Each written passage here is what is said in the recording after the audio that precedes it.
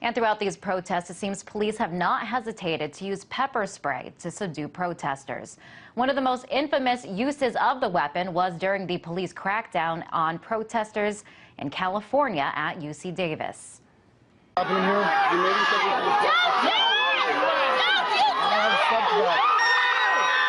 want you to have the pepper spray in your face. So are police going too far in their use of pepper spray? Are they going beyond what the product was intended for? And what would the person that created pepper spray have to say about the recent use of it by police? Well, we have him in our studio right now to tell us. Kamran Loghman is the inventor of modern pepper spray. Kamran, thanks for coming on the show today. Just want to get your reaction to how your invention is being used by law enforcement today. Well, his intention was to subdue and take control of individuals who are combatant, who are a threat to others, police officers or bystanders, or they're going to damage properties. It was not really designed to attack or subdue or shut people who are peaceful. And, you know, we'll show you an example of how it is being used.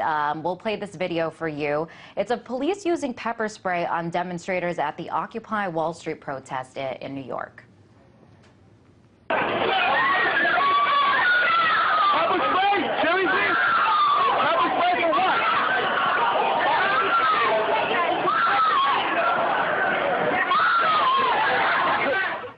Now, Kamran, what is going through your mind when you see images like that?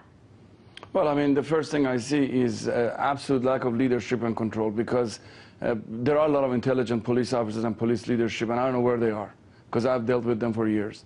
And I think if they put their minds together, they can do a better job. This situation does not warrant the use of pepper spray or chemical agents.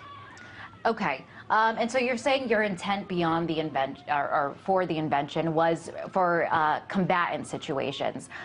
We've seen pepper spray used over and over again throughout the Occupy Wall Street movement. I mean, in any case, do you see that its use has been justified?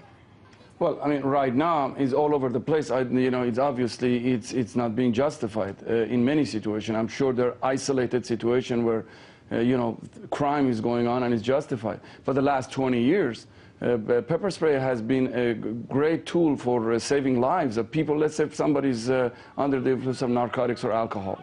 You know, a police officer wants to take him out of the car, they want to take him to jail, they spray him quickly because the person is very combative, is being physically aggressive, or they're being dangerous.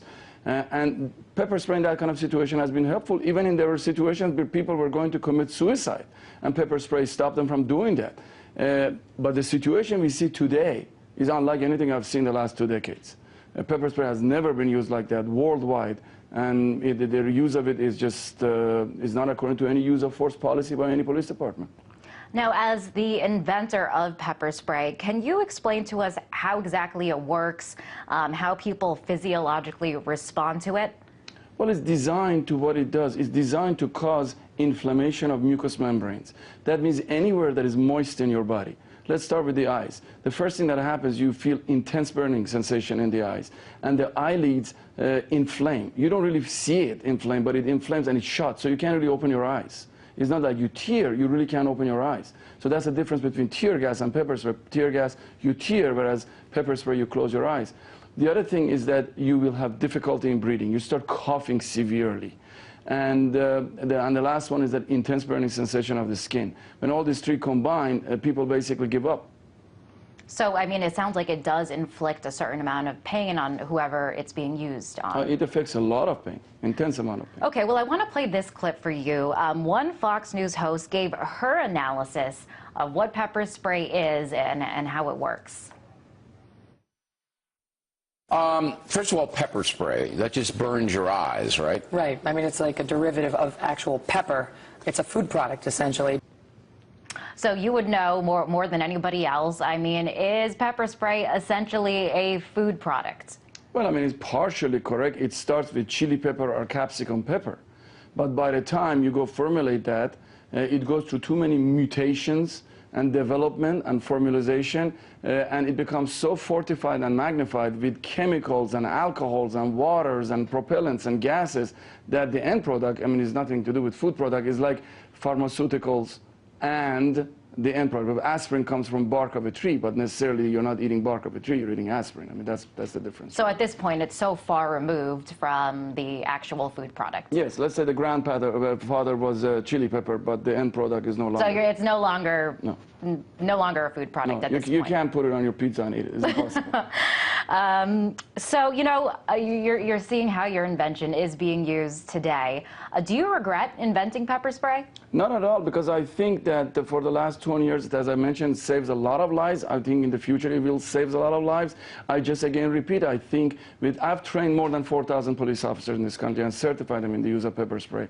I think there are some police officers that are losing control. I think the leadership out there is not doing things according to use of force training manual that I have seen, and I have trained in every state, municipality, corrections department that I've seen out there. I mean, it's not on the books. They're doing some things out of the books. So what needs to be done in order to get pepper spray, to get back to its intended use? Well, I think that we need that's one of the reasons I'm here, is to send a message out there that you need to go back to the use of force policy.